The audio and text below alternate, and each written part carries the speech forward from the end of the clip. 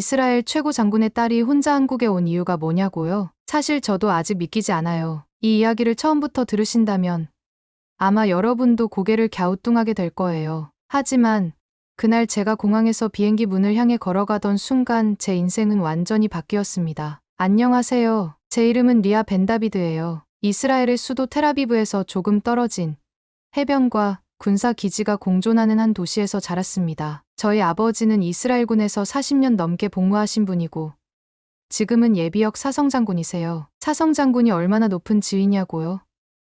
거의 나라 전체 안보를 총괄하는 위치라고 보면 됩니다. 어릴 적부터 아버지는 제가 최고가 되길 원하셨어요. 학교 성적, 체력, 언어 능력까지 전부 철저하게 관리하셨고 아침 6시에 일어나서 러닝, 아랍어 복습, 수학 문제 풀이 이런 스케줄이 저의 일상이었어요. 사실 그렇게 잘한 게 어느 정도 도움이 된 건 맞아요. 전 항상 우수한 성적을 유지했고 명문대학교에 입학했으며 국제관계학을 전공하면서 장차 외교관이 되는 게 제 목표였거든요. 하지만 가끔은 정말 숨이 막혔어요. 친구들과 자유롭게 놀 시간도 없었고 SNS에 셀카 한 장 올리는 것도 가볍고 시간 낭비다라는 아버지의 시선 때문에 눈치만 봤죠. 그런 와중에 제 유일한 탈출구는 유튜브였습니다. 잠깐 여러분 그거 아세요? 여러분의 구독, 좋아요, 알림 설정은 저에게 가장 큰 힘이 됩니다. 클릭 한 번으로 제게 큰 힘을 주시길 바라요. 늦은 밤, 공부를 마치고 침대에 누우면 항상 핸드폰을 손에 쥐고 유튜브를 켰어요. 현실에서 벗어나고 싶은 저에게 그 작은 화면은 도피처이자 또 다른 세상이었죠. 그날도 늘 하던 대로 추천 영상 중 하나를 눌렀는데 그게 바로 방탄소년단의 DNA 무대 영상이었습니다. 처음 보는 한국 아이돌의 무대였는데 정말 충격이었어요. 무대 장면 하나하나가 마치 영화 같았고 멤버들의 표정, 안무의 정확함, 관객의 함성까지 완벽하게 조화를 이루고 있었어요. 그날 이후 저는 매일 그들의 영상을 찾아보며 하나둘씩 이름도 외우고 노래도 따라 부르기 시작했습니다. 그 다음 빠진 건 예능이었어요. 런닝맨과 신서유기, 윤식당을 보면서 한국 사람들의 유쾌하고 따뜻한 매력에 끌리게 되었죠. 처음엔 자막 없이는 도저히 못 알아들었지만 점점 반복해서 듣다 보니 자주 쓰는 표현들이 귀에 익기 시작했어요. 그래서 저는 독학으로 한국어 공부를 시작했어요. 처음엔 간단한 단어들부터 시작했지만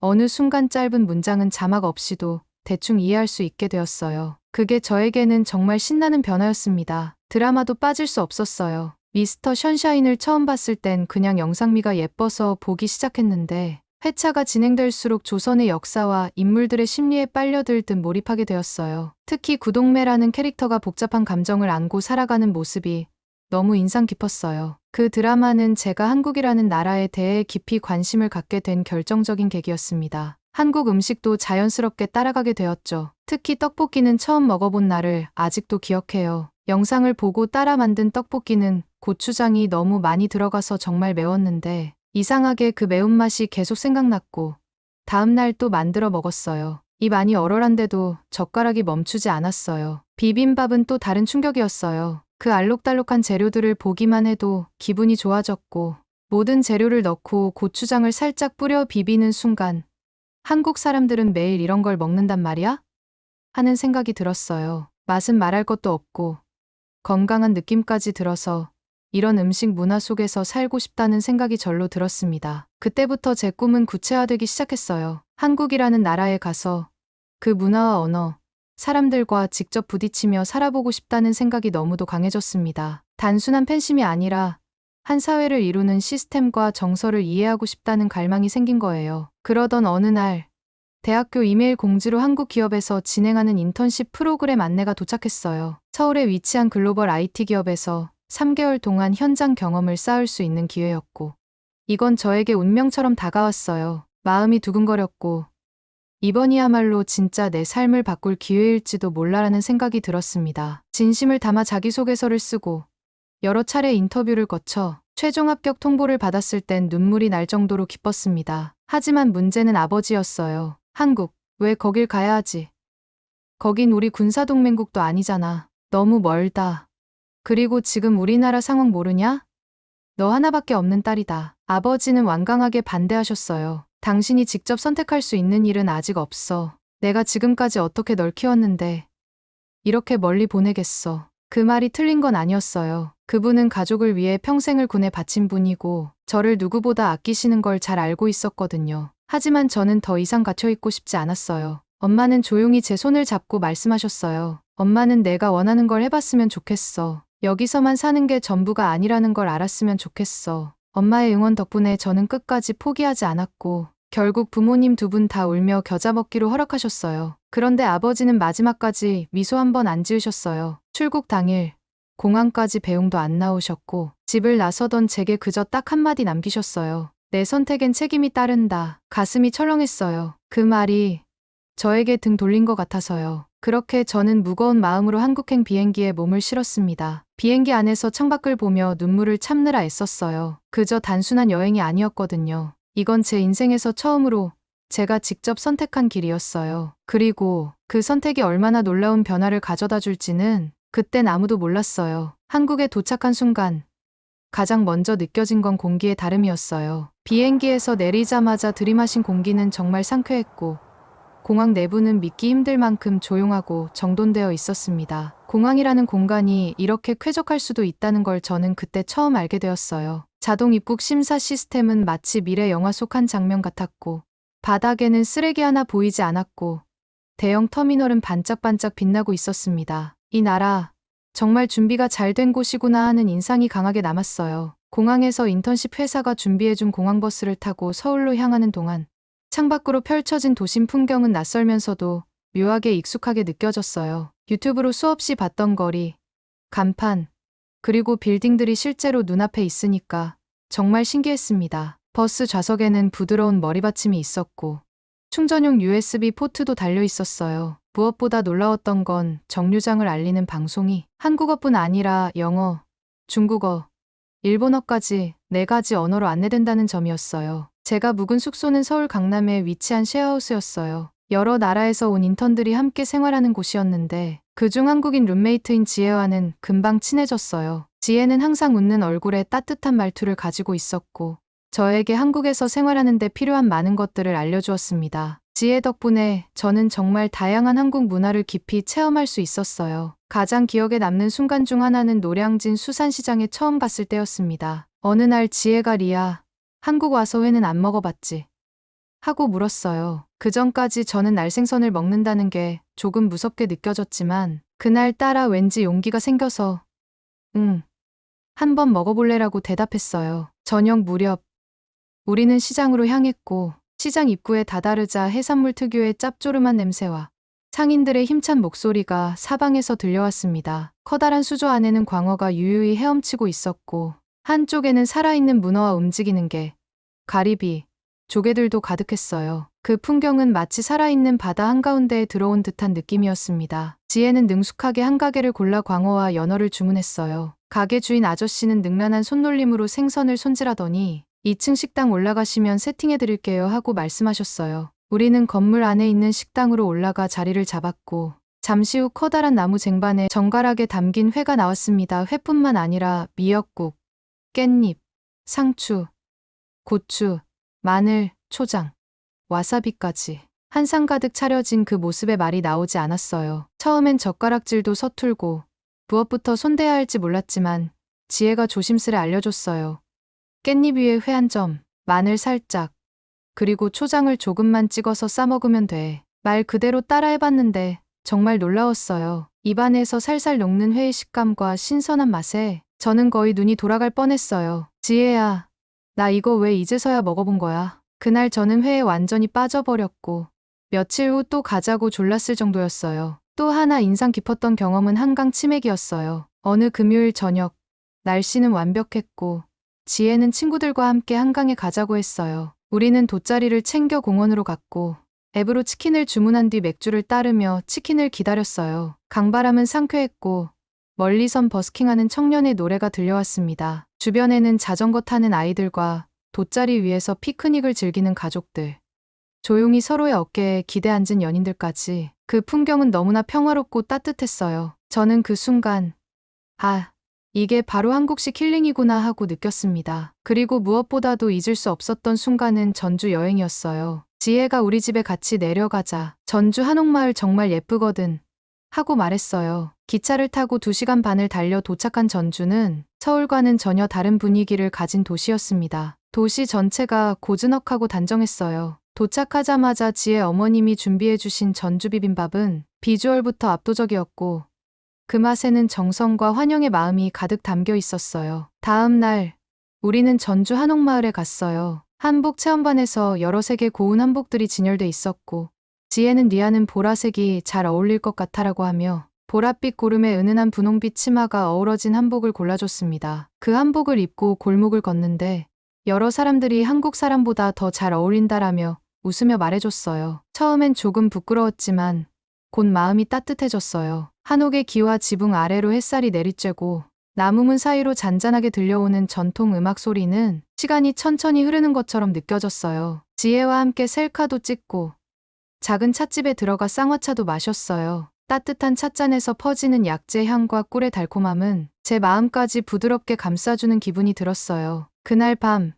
지혜네 집 마당에 나란히 앉아 별이 가득한 하늘을 바라보며 저는 말했어요. 지혜야, 나 지금 진짜 영화 속에 있는 것 같아. 내가 이렇게까지 한국을 좋아하게 될 줄은 몰랐어. 지혜는 환하게 웃으며 말했어요. 한국도 너를 좋아할 거야. 그 말은 제 마음속에 오래도록 남아 있었어요. 회사 생활도 기대 이상으로 인상적이었어요. 처음엔 한국어 실력이 부족해서 회의 내용이 잘 안 들릴 때도 있었고 실수도 종종 있었지만 팀장님은 저를 혼내지 않으셨어요. 오히려 괜찮아요. 우리는 다양한 시야를 환영해요. 당신의 시선도 우리에게 도움이 될 거예요라고 격려해 주셨어요. 그 말은 제게 큰 용기를 주었습니다. 회사 안에는 직원들을 위한 복지가 정말 잘 되어 있었어요. 사내 식당에서는 삼계탕, 김치찌개, 불고기, 비빔국수처럼 한국 전통 음식을 매일 바꿔가며 제공하고 있었고 건물 안에는 헬스장, 수면실, 북카페까지 마련되어 있었어요. 저는 그걸 보고 너무 놀랐고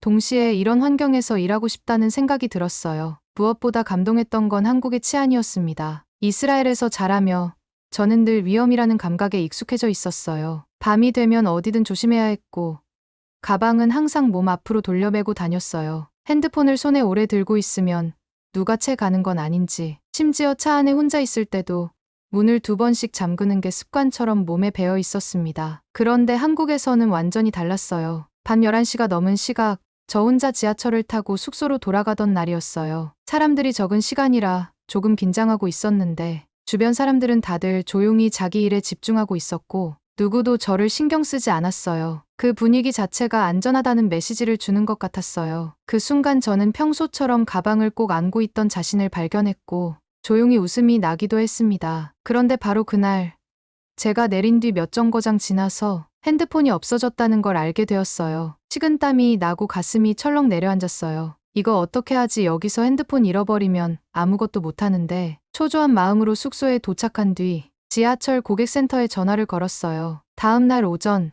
연락이 왔어요. 손님, 분실하신 핸드폰이 역 분실물 센터에 보관되어 있습니다. 순간 정말 울컥했어요. 누군가 그 핸드폰을 발견하고 아무런 욕심 없이 그대로 직원에게 전달해줬다는 사실에 깊은 감동을 받았어요. 그날 저는 지하철역으로 달려가 무사히 핸드폰을 돌려받았고 직원분께 몇 번이나 감사 인사를 전했어요. 돌아오는 길에 괜히 눈물이 핑 돌았어요. 그저 단순한 물건 하나를 되찾은 것 이상의 경험이었습니다. 그건 이 나라에서 나는 보호받고 있구나라는 감정이었어요. 또 하나의 놀라운 순간은 편의점에서의 일이었어요. 어느 날 밤 저는 혼자 산책하다가 목이 말라 근처 편의점에 들렀어요. 물과 과자를 사고 나왔는데 몇 걸음 걷다가 계산대에 지갑을 두고 나왔다는 걸 깨달았어요. 다시 돌아갔을 땐 이미 10분 가까이 지나 있었고 제 마음은 이미 반쯤 포기한 상태였어요. 그런데 놀랍게도 직원분이 저를 보자마자 혹시 이 지갑 주인분이세요?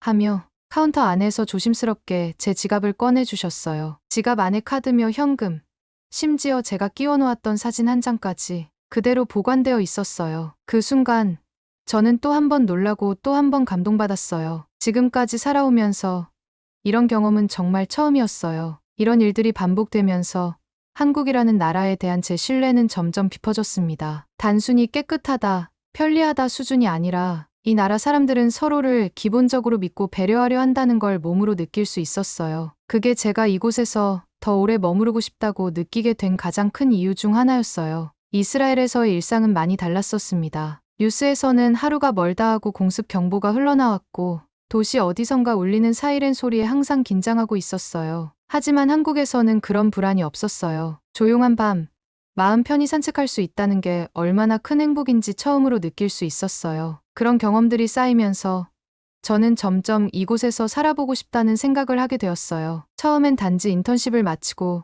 돌아갈 계획이었지만 아침마다 커피를 들고 지하철을 타고 출근하는 일상. 퇴근 후 편의점에서 삼각김밥을 사 먹고 조용한 골목길을 걷는 그 시간이 너무도 소중하고 안정적으로 느껴졌어요. 어느 날 회사에서 열렸던 소규모 워크숍에서 각자 자국의 문화와 비교해 한국에 대해 느낀 점을 발표하는 시간이 있었어요. 저는 한국의 대중교통, 치안, 직장 문화, 음식, 그리고 사람들의 친절함에 대해 이야기했고, 제 발표가 끝나자 많은 분들이 박수를 쳐주셨어요. 그중 한 분은 당신 이야기를 들으니 우리나라를 다시 보게 되네요라고 말해주셨고, 그 말이 얼마나 감사하고 뿌듯했는지 몰라요. 하지만 동시에 아버지의 연락은 점점 잦아지고 있었어요. 언제 돌아오냐? 너무 오래 머무는 거 아니냐? 뉴스 봤냐?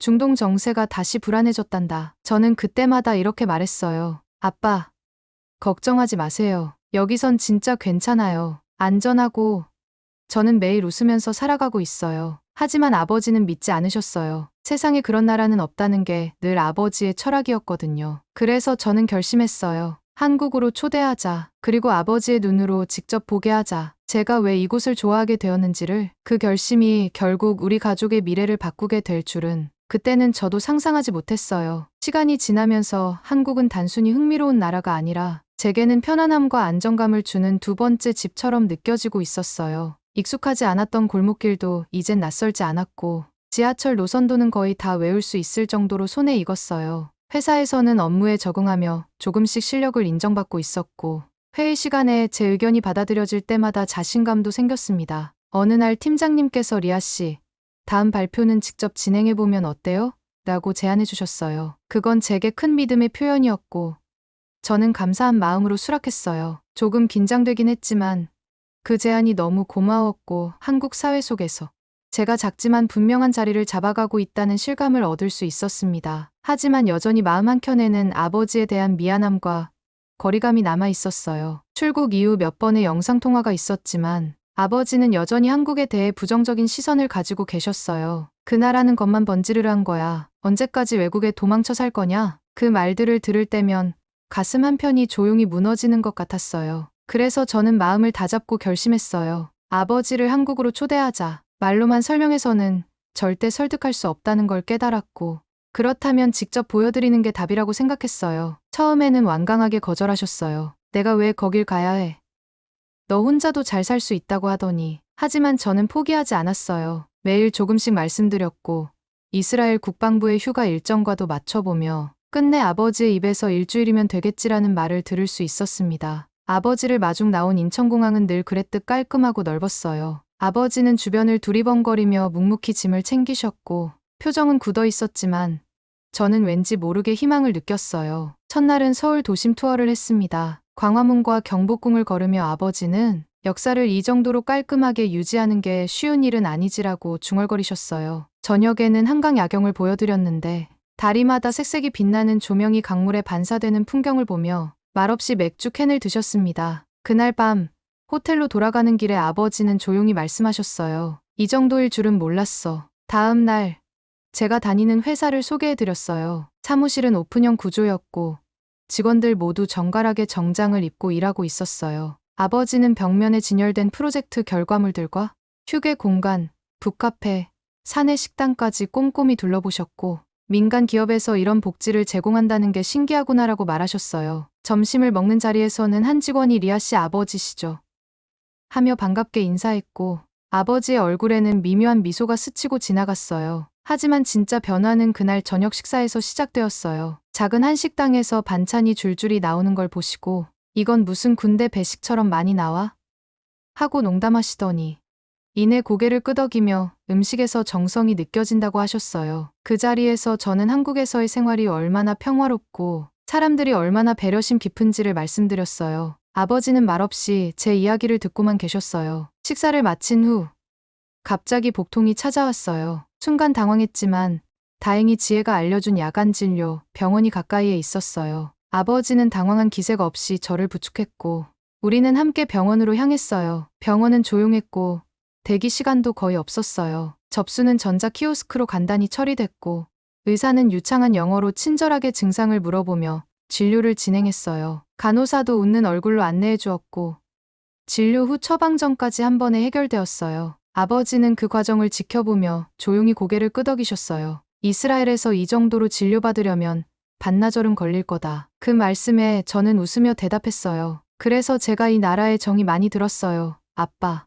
그날 밤 아버지는 호텔 방 창가에 앉아 말없이 한참을 바깥을 바라보셨어요. 그리고 마침내 조용히 입을 열어 말씀하셨어요. 리아야, 너 말이 맞았던 것 같다. 이 나라는 내가 생각했던 것보다 훨씬 괜찮은 곳이야. 이제야 알겠구나. 내가 틀릴 수도 있다는 걸. 그 말 한마디가 제게는 너무도 큰 의미였어요. 어릴 때부터 절대 무너지지 않을 것 같던 아버지의 확신이 제 선택을 통해 조금씩 열리고 있었다는 사실에 저는 그날 밤 조용히 눈물을 닦았어요. 그건 단순히 한 나라를 좋아하게 된 이야기가 아니었어요. 그건 저와 아버지가 진심으로 서로를 이해하게 된 첫날 밤이었습니다. 아버지와 함께한 일주일은 생각보다 훨씬 빠르게 지나가 버렸어요. 그 시간 속에는 서로를 이해하게 된 대화와 조용한 공감이 담겨 있었어요. 이전엔 서로를 설득하려 했던 우리가 이젠 말없이도 조금은 알게 되는 순간들이 생기기 시작했어요. 아버지가 귀국하기 전날 아침, 저는 아파트 근처 카페로 아버지를 모시고 갔습니다. 사람들은 조용히 책을 읽거나 음악을 들으며 시간을 보내고 있었어요. 햇살이 유리창 사이로 따뜻하게 들어오고 있었고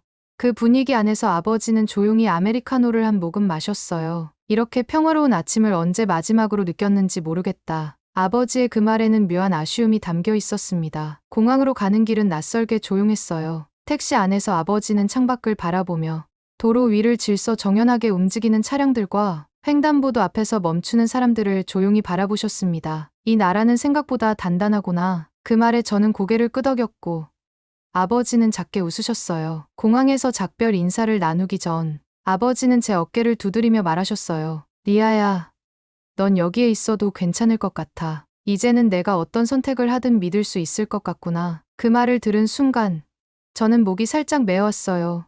수년간 듣고 싶었던 한마디가 바로 그 말이었어요. 아버지를 배웅한 뒤 저는 돌아오는 공항버스 안에서 햇살이 스며든 창밖을 바라보며 조용히 생각에 잠겼습니다. 이제 정말 여기서 살아도 되겠구나. 이제는 나를 온전히 받아준 이곳에서 나다운 삶을 살아도 되겠구나. 그 이후 저는 진짜 한국에서의 삶을 시작했어요. 정식 직원으로 채용된 회사에서 저는 본격적으로 프로젝트를 이끌게 되었고 동료들과의 협업 속에서 제 역할이 점점 커지고 있었습니다. 일은 쉽지 않았지만 매일 아침이 기대되는 삶이었어요. 집도 옮겼어요. 셰어하우스에서 나와 강남의 조용한 골목에 있는 원룸으로 이사했어요. 작고 아담한 방 안엔 제가 좋아하는 향초와 한국 서점에서 산책들이 놓여 있었어요. 이 작은 공간에서 저는 매일 밤 스스로에게 수고했어라고 말해주고 있었어요. 편의점 사장님은 저를 알아봐 주셨고 동네 카페 사장님은 늘 오늘은 라떼죠? 라며 먼저 말을 걸어주셨어요. 그런 소소한 인연들이 제 삶에 따뜻한 색을 더해주고 있었어요.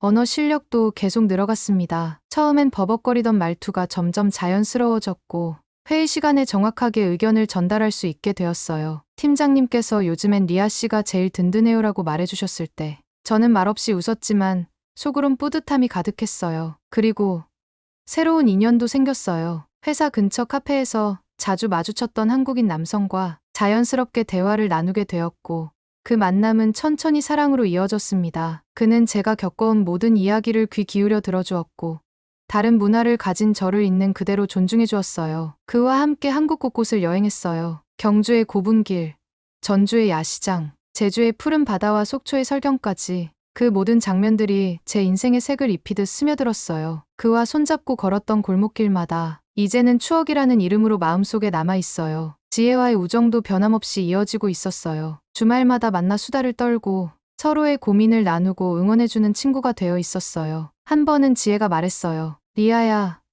너 이제 진짜 한국 사람 다 됐어. 그 말에 저는 웃으며 대답했어요. 한국이 나를 진심으로 받아줬거든. 그리고 몇 달 뒤 아버지는 두 번째로 한국에 오셨어요. 이번엔 여유로운 얼굴로 배낭을 메고 들어오셨어요. 이번엔 내가 추천한 곳들 제대로 다 가보려고 왔다. 그 말이 얼마나 반가웠는지 몰라요. 우리는 함께 남해로 여행을 떠났어요. 아버지는 바닷가에서 조용히 바람을 맞으며 참 좋구나. 이렇게 안전하고 평화로운 곳이라면 너 혼자서도 잘 지낼 수 있겠어라고 말하셨어요. 그 말에 저는 고개를 끄덕이며 대답했어요. 여긴 이제 제 진짜 집이에요. 지금 저는 여전히 서울에서 살아가고 있어요. 출근길에는 지하철 안에서 책을 읽고 점심엔 동료들과 웃으며 식사를 해요. 퇴근 후엔 조용히 카페에 앉아 하루를 정리하고 가끔은 창밖을 바라보며 이 모든 일상이 감사하게 느껴지고 있었어요. 이제는 더 이상 혼란스럽지 않아요. 이스라엘도 한국도 모두 저를 이루는 소중한 뿌리이자 현재예요. 그리고 그 두 나라 사이에서 저는 더 넓고 깊은 사람이 되어가고 있었어요. 누군가 제게 물어요. 한국은 너한테 어떤 의미야? 그럴 때 저는 항상 이렇게 말해요. 한국은 내가 나다워질 수 있었던 곳이에요. 오늘의 이야기는 여기까지입니다. 오늘의 사연이 마음에 드셨다면 구독, 좋아요 부탁드리겠습니다. 소중한 시간 긴 이야기 끝까지 들어주셔서 진심으로 감사합니다. 앞으로도 더 좋은 사연으로 여러분을 찾아오겠습니다. 시청해주셔서 감사합니다. 그날이요. 진짜였어요. 제가 귀화를 결심하게 된 그날이요. 청국장 냄새 하나에 인생이 바뀔 줄 누가 알았겠어요? 안녕하세요. 저는 이사벨입니다. 파라과이에서 태어났고 지금은 충청남도 아산이라는 작은 시골 마을에 살고 있어요. 방송 일을 하고 있고 한국에서 살아온 지도 벌써 15년이나 되었어요. 요즘은 진짜 한국 사람이 되기 위해 귀화 시험을 준비하고 있어요. 이건 단순히 국적만 바꾸는 게 아니라 제 인생 전체를 바꾸는 여정이라서요. 저희 가족 얘기를 조금 해볼게요. 어머니는 지금은 한국인이세요. 이름은 이선덕입니다. 사실 원래는 저처럼 파라과이 사람이셨어요. 2015년에 귀화를 하셨고 그때 한국 이름도 함께 얻으셨어요. 선덕이라는 이름은요. 그냥 고른 게 아니에요. 어머니가 정말 힘들던 시기에 꿈속에서 왕관을 쓴 여자가 나타나 넌 할 수 있어라고 말해줬대요. 그 이름이 바로 선덕. 나중에 그 여인이 신라 최초의 여왕 선덕여왕이라는 걸 알고는 어머니는 본인의 새 이름으로 바로 그 이름을 선택하셨습니다. 잠깐 여러분 그거 아세요? 여러분의 구독, 좋아요, 알림 설정은 저에게 가장 큰 힘이 됩니다. 클릭 한 번으로 제게 큰 힘을 주시길 바라요. 개인정보 보호를 위해 지명과 이름은 일부 각색되었습니다. 저는 어릴 적부터 엄마가 한국을 좋아하는 걸 당연하게 느끼고 자랐어요. 집 안에는 늘 한국 노래가 흘러나왔고 엄마는 청국장을 끓이고 김치를 담그고 우리에게 젓가락질을 가르쳐 주셨습니다. 솔직히 말하면 어릴 땐 그게 좀 부끄러웠어요. 친구들이 이 집 밥 냄새 이상하다라고 말할 때마다 왜 우리 집만 남들과 다른가 싶었고요. 그런데 나중에서야 알게 되었어요. 엄마가 한국을 좋아하게 된 데에는 분명한 계기가 있었더라고요. 엄마가 자라신 파라과이에는 작은 한인타운이 있었어요. 거기서 어릴 때부터 한국 사람들과 자연스럽게 어울리며 지내셨다고 했습니다. 친구들 대부분은 스페인어를 쓰고 라틴 음악을 듣는 반면 엄마는 어느 순간부터 한국 드라마에 빠지고 이문세와 이선희 노래를 흥얼거리며 집안일을 하셨어요. 특히 엄마가 좋아하던 이웃 아주머니가 있었는데요. 명절만 되면 떡이며 갈비를 나눠주시고 김치 담그는 날이면 엄마를 꼭 불러 함께 담그셨다고 해요. 엄마는 그때 느꼈던 정이라는 감정을 평생 마음에 품고 살아오셨어요. 피는 안 섞였지만 그 사람들은 가족처럼 대해줬어. 엄마는 종종 그런 말씀을 하셨습니다. 그리고 결정적인 순간도 있었어요. 엄마가 18살이 되던 해 한인교회에서 열리는 문화행사에 참가하게 되셨는데 그날 직접 한복을 입고 판소리 공연을 보셨대요. 그때 울컥하는 무언가가 가슴에서 올라왔다고 하셨어요. 이상하게 마음이 울리더라. 그때 내가 알았어. 아, 나는 한국이랑 연결된 사람이구나. 그날 이후 엄마는 집에서 한글을 독학하기 시작하셨고 우리 집 벽에는 자연스럽게 한글 포스터, 한복 그림, 그리고 사극 드라마의 명장면 사진들이 하나둘씩 붙기 시작했어요. 이런 환경 속에서 저는 자랐고 그 모든 게 저에겐 그냥 우리 집 분위기였어요. 하지만 학교에 가고 친구 집에 놀러 가면서 깨달았어요. 다른 집은 다르다는 거요. 아침에 청국장 냄새가 나는 것도, 식탁 위에 나물이 올라오는 것도, TV에서 전원일기가 흘러나오는 것도 전부 우리 집만의 풍경이었더라고요. 그걸 알고 나서는 조금 부끄럽기도 했습니다. 친구들이 너희 집 냄새 이상해라고 말할 때마다 괜히 움츠러들었어요. 하지만 지금은 그때의 냄새, 그때의 노래, 그 따뜻한 밥상 위 풍경이 세상 그 무엇보다도 소중하게 느껴져요. 어머니는 정말 한국의 모든 것에 진심이셨어요. 드라마에 울고 웃고 한복을 입고 마당에서 사진을 찍으며 언젠가 한국에서 살 거야라고 꿈처럼 말하곤 하셨어요. 그리고 2002년 어머니가 사업차 한국에 처음 가신 일이 있었어요. 그때 모든 걸 잃으셨어요. 사업은 실패하고 가진 돈도 사라지고 낯선 나라에서 말도 안 통하고 아는 사람도 없는 상황이었죠. 그런데 그 시절 어머니를 다시 일으켜 세운 건 다름 아닌 한국 사람들이었어요. 밥 먹었어요? 이거 좀 드세요. 그 단순한 말들이 정말 기적 같았다고 하시더라고요. 그 이후 어머니는 한국을 두고 돌아올 수 없게 되었어요. 진심으로 사랑하게 되셨고 결국 귀화하셨고 이선덕이 되셨습니다. 그 과정을 제가 다 지켜봤어요. 시험 공부를 함께 했고 면접날 아침 떨려서 말도 제대로 못하시던 모습, 합격 통지서를 받고 펑펑 울던 날까지요. 그렇게 어머니의 꿈이 제 꿈으로 이어졌습니다. 지금 저와 남편 제임스는 한국의 시골 마을에서 살고 있어요. 도시 생활에 너무 지쳐서 내려오게 되었고 처음에는 솔직히 두려웠어요. 이웃도 없고 교통도 불편하고 하지만 그런 걱정은 생각보다 빨리 사라졌어요. 마당에서는 대형견 2마리가 항상 저희를 반겨주고 텃밭에서는 고추, 상추, 쪽파가 쑥쑥 자라고 있어요. 아침마다 호수 산책을 하고 밤이면 별빛을 바라보며 커피를 마셔요. 서울에서 느낄 수 없었던 진짜 한국의 정서와 여유를 이곳에선 매일매일 체험하고 있습니다. 그렇다고 늘 평탄했던 건 아니었어요. 귀화 시험도 어렵지만 무엇보다 운전면허 시험이 저에겐 큰 도전이었어요. 기능시험 2번 떨어졌고 도로주행도 3번이나 불합격했어요. 그럴 때마다 정말 포기하고 싶었어요. 하지만 그때마다 어머니가 해주신 말이 저를 붙잡아 주었어요. 너 포기하지 마. 나도 그랬어. 나도 귀화 시험 떨어질 뻔했어. 그래도 해냈잖아. 너도 해낼 수 있어. 그 말에 울컥했어요. 엄마도 그렇게 한국을 사랑했고 그렇게 열심히 한국인이 되고 싶어 했는데 지금은 제가 그 길을 따라가고 있으니까요. 그래서 요즘은 하루도 빠짐없이 한국사 공부를 해요. 세종대왕, 3.1운동, 광복, 민주화 운동까지. 그냥 외우는 게 아니라 마음으로 느끼며 공부하고 있어요. 저는 단지 시험을 통과하고 싶은 게 아니에요. 엄마처럼 진짜 한국 사람이 되고 싶어요. 이 나라를 사랑하고 이곳에서 뿌리 내리고 이곳의 시민으로 살아가고 싶어요. 이 모든 게 바로 지금 제가 준비하고 있는 그 귀화 시험으로부터 시작되고 있습니다. 귀화 시험 준비를 시작하고 나서야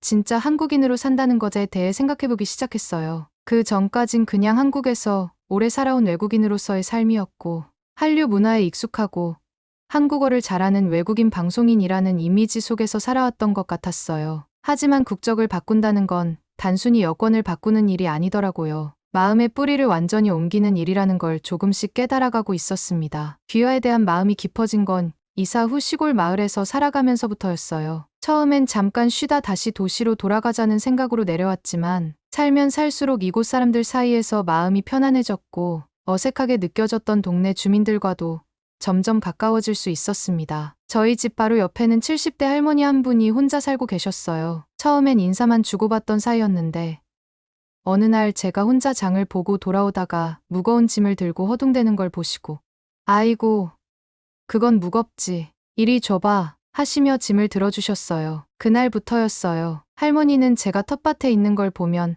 항상 손에 뭔가를 들고 오셨습니다. 감자 삶은 거, 집에서 직접 말린 도라지, 파를 다듬어 된장에 무친 것까지 챙겨주셨어요. 매일 얼굴을 마주하다 보니 어느새 서로의 안부를 챙기는 사이가 되었고 할머니는 저를 손녀처럼 생각하신다고 하셨어요. 저도 그 마음이 너무 고마웠어요. 하루는 할머니가 물으셨어요. 근데 너는 여기 오래 살 거니? 그 질문에 저는 쉽게 대답하지 못했어요. 머릿속으론 이미 이 나라에서 살아가고 싶다는 결심을 했지만 그걸 입 밖으로 꺼내는 건 조금 떨리는 일이었거든요. 그때 할머니가 다시 말하셨어요. 난 너가 진짜 한국 사람이었으면 좋겠어. 외국 사람인데 이렇게 예의 바르고 정이 많은 사람은 처음이야. 그 말이 저한테는 오래도록 남았고 큰 힘이 되어주었어요. 또 기억에 남는 일도 있었습니다. 동네 어린이집에서 외국 문화를 소개하는 시간이 있었는데 저에게 파라과이 이야기를 해달라는 부탁이 들어왔어요. 전통 의상을 입고 고향 얘기를 들려줬는데 아이들 중 한 명이 물었어요. 근데 선생님은 왜 한국말 이렇게 잘해요? 한국 사람 아니에요? 그 질문이 너무 귀엽기도 했지만 저에겐 굉장히 큰 울림이었어요. 그래, 나 정말 한국 사람처럼 살고 있었구나. 그렇게 자연스럽게 이 사회에 섞여 살아가고 있다는 게 감사했어요. 제임스와 저는 둘만의 작은 프로젝트도 하고 있었어요. 한국에서의 10가지 도전이라는 이름으로 한국적인 일들을 하나씩 경험해보기로 했거든요. 김장 직접 해보기, 설날 차례 지내기, 전통시장 데이트, 사물놀이 배우기 같은 것들이 있었어요. 제임스는 처음엔 웃더니 이젠 더 열정적으로 참여하고 있어요. 김장할 때 고무장갑 2겹 끼고 진지하게 배추에 양념 바르는 모습이 얼마나 귀여웠는지 몰라요. 그날 저녁에 수육이랑 갓 담근 김치를 먹으며 우리 꽤 한국 사람 같지 않아? 라고 말했을 땐 웃음이 절로 나왔어요. 이런 소소한 경험들이 쌓이면서 귀화는 점점 도전이 아니라 자연스러운 과정처럼 느껴졌어요. 이미 저는 한국에서 숨쉬고 있었고 이 땅의 계절을 느끼며 이웃과 정을 나누며 살고 있었어요. 언제부턴가 제 마음속에는 파라과이 사람이라는 정체성보다 한국 사람이라는 마음이 더 깊게 자리하고 있었습니다. 요즘은 주민센터에 가는 일조차도 소중하게 느껴졌어요. 마트에서 점원이 요새 날씨 좋죠? 하고 말을 건넬 때면 그 일상적인 대화조차 특별하게 다가왔습니다. 귀화 신청서를 쓰던 날 서류 한 장 한 장을 작성하며 이게 내 인생의 전환점이 될 수도 있겠구나 싶은 생각이 들었어요. 시험은 쉽지 않았고 공부하면서 지치는 날도 있었어요. 그럴 때마다 엄마와 통화를 했습니다. 넌 잘하고 있어. 진짜 한국 사람은 국적보다 마음이야. 그 말이 늘 저를 다시 일으켜 세워줬어요. 이제는 말할 수 있어요. 저는 진심으로 이 나라를 사랑한다고요. 그리고 이 나라에 살아가는 사람들과 함께 웃고 울며 앞으로도 더 깊이 뿌리 내리고 싶습니다. 귀화 시험 결과 발표 날은 평소보다 훨씬 더 조용한 하루였습니다. 집에 혼자 있었고 남편은 출장 중이라 전화로만 연락을 주고받고 있었어요. 오전부터 마음이 싱숭생숭해서 뭐 하나 집중하기가 어려웠어요. 공부를 하려 해도 눈에 글씨가 들어오지 않았고 청소기를 들었다 놨다 하면서 시간을 때우다가 결국 핸드폰 앞에 앉게 되었습니다. 로그인 버튼을 누르는데 손끝이 조금 떨렸습니다. 몇 달을 이 시험을 위해 준비해왔고 어쩌면 지난 15년의 한국 생활이 이 순간을 향해 쌓여온 시간이었던 것 같았어요. 합격자 명단을 확인했을 때 제 이름이 정확히 적혀 있었습니다. 이사벨. 그 이름이 그렇게 선명하게 또 무겁게 느껴진 적은 없었어요. 크롤을 올렸다가 다시 내리면서 이름을 3번이나 확인했어요. 맞지? 진짜 나 맞지? 그 순간 갑자기 숨이 가빠지고 눈물이 났어요. 엄마에게 제일 먼저 전화를 걸었어요.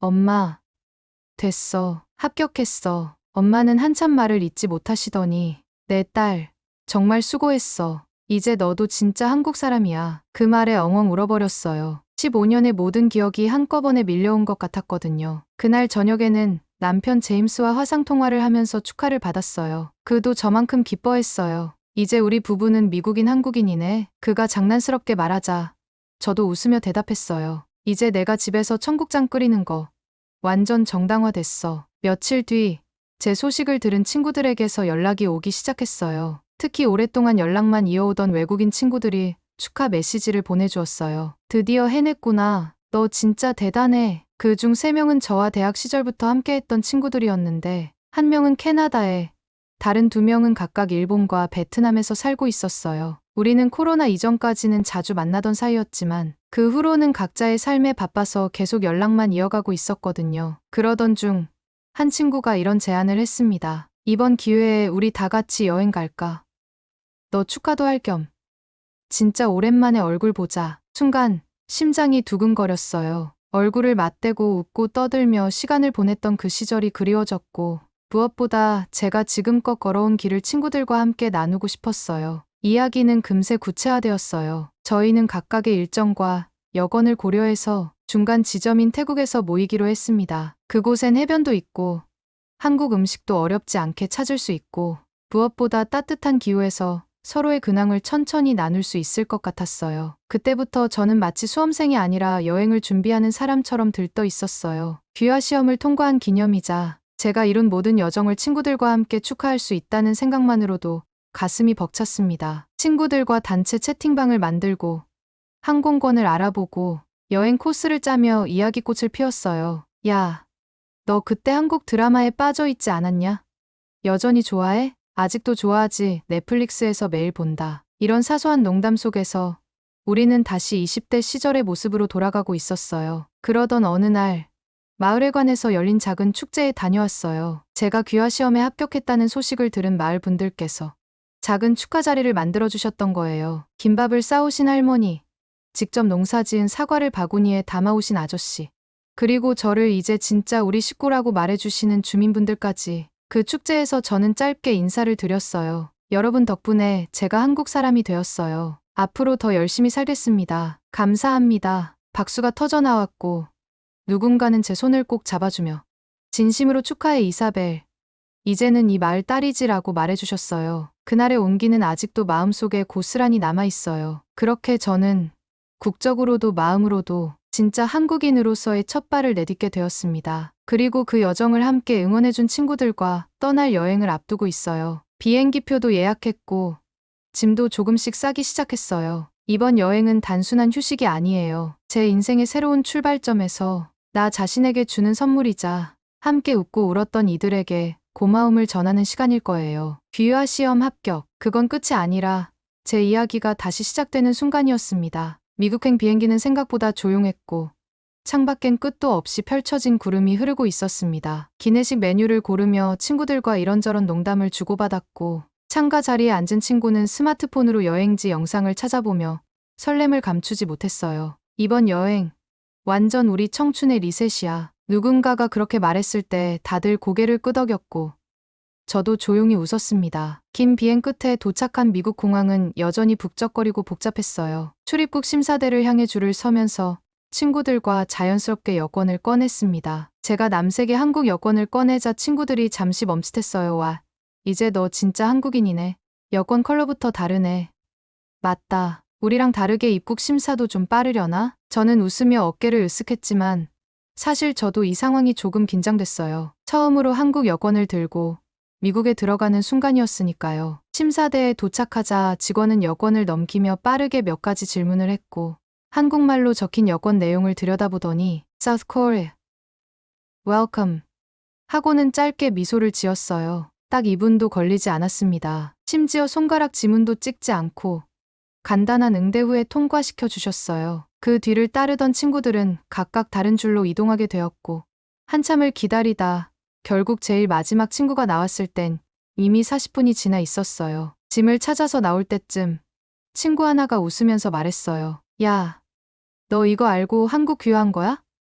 완전 치트키였네. 나도 한국 국적 갖고 싶어. 방금 진짜 부러웠어. 질투와 부러움이 섞인 그 말에 다들 한바탕 웃음이 터졌고 저는 어깨를 한번 으쓱이며 장난스럽게 말했어요. 이래서 내가 한국 사람이 된 거지. 하지만 농담 속에는 정말 그 말이 주는 무게가 있었습니다. 짧은 순간이었지만 한국 여권을 손에 들고 그 나라의 국민으로서 대우받는다는 건 정말 실감나는 경험이었어요. 더 이상 저는 해외 거주 외국인이 아니라 대한민국이라는 나라의 시민으로서 이곳을 밟고 있었어요. 미국 여행은 정말 꿈 같은 시간이었어요. 비행기에서부터 우리는 흥분을 감추지 못했는데 그 기세는 첫 도착지인 그랜드 캐니언에 발을 내디딘 순간부터 절정에 달했습니다. 햇살이 강하게 내리쬐는 사막의 공기를 가르며 전망대에 섰을 때 앞에 펼쳐진 협곡의 웅장함은 그 어떤 말로도 설명이 어려웠어요. 해질 무렵 붉은 절벽에 노을빛이 스며들며 천천히 색이 변해가는 풍경을 보며 친구들은 말없이 셔터만 눌렀고 저는 조용히 숨을 고르며 그 순간을 눈에 담았어요. 한 친구가 감탄하듯 중얼거렸습니다.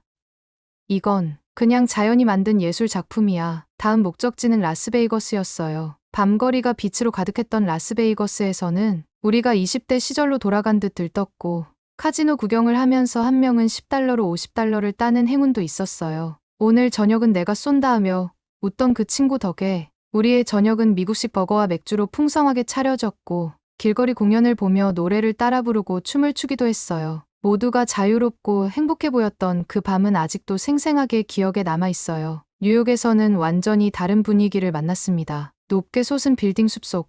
우리는 바쁘게 움직이며 센트럴파크를 걷고 브루클린 브리지를 배경으로 사진도 찍었어요. 낮에는 푸드트럭에서 파는 핫도그와 소다수를 들고 그늘진 벤치에 앉아 도란도란 이야기를 나눴습니다. 한 친구가 말했어요. 이 핫도그 하나에 지금 우리가 나누는 이 감정이 담겨 있는 것 같아. 그 말에 다들 웃었지만 왠지 그 순간은 정말 그랬어요. 뮤지컬 공연도 빠뜨릴 수 없었습니다. 우리는 브로드웨이에서 라이온 킹을 예매에 관람했는데 무대가 시작되자마자 숨소리조차 삼켜질 정도였어요. 공연이 끝나고 나서는 모두가 기립박수를 치며 감탄을 아끼지 않았고 나오면서 서로 말없이 손을 맞잡았어요. 그건 우리가 함께 느낀 예술의 감동이기도 했지만 이렇게 좋은 순간을 함께 나눌 수 있는 친구들이 곁에 있다는 사실 때문이었어요. 밤이 되면 숙소 베란다에 모여 앉았습니다. 작은 와인 한 병을 열고 종이컵에 따라 마시면서 진짜 우리 나이 들어서도 이렇게 놀러 다니자. 이런 친구가 있다는 게 인생 최고의 행운인 것 같아. 그런 말들이 자연스럽게 오갔어요. 밤바람은 선선했고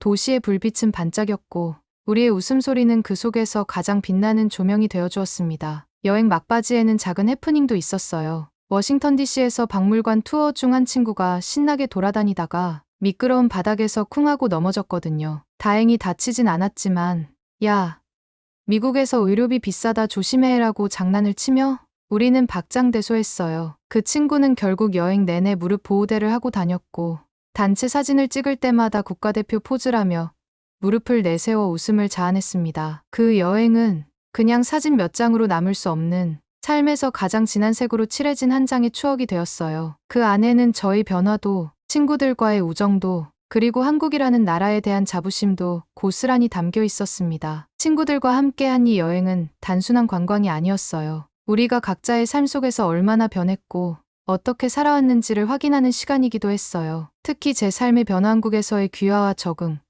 그리고 오늘의 저에 이르기까지를 친구들이 직접 보게 된 시간이었기 때문에 더 뜻깊었어요. 여행 마지막 날 밤, 함께 저녁을 먹으며 친구 중 한 명이 조용히 말했어요. 너 진짜 멋지다. 외국에서 살아가면서 국적 바꾸는 거 생각보다 쉬운 일이 아니잖아. 근데 너는 그렇게 자연스럽게 한국인이 됐어. 나도 내가 좀 부러워. 다른 친구도 고개를 끄덕이며 말했어요. 우리도 각자 살고 있는 나라가 있지만 내가 말하는 한국 이야기 들으면 괜히 가보고 싶고 살아보고 싶단 생각이 들어. 저는 그 말을 들으며 조용히 가방 속에 있던 여권을 꺼내 바라봤어요. 남색 표지에 선명하게 새겨진 대한민국이라는 금박 글씨가 그날따라 더 빛나 보였습니다. 한국이라는 나라는 단지 제가 태어난 곳은 아니었지만 제가 마음을 다해 선택한 나라였고 그 선택이 삶을 얼마나 아름답게 바꿔주는지를 보여주는 증거였어요. 여행에서 돌아온 뒤 저는 친구들과 단톡방에서 여행 사진을 공유하며 여권 이야기를 다시 꺼냈어요. 한국 여권 덕분에 입국 심사 2분 컷.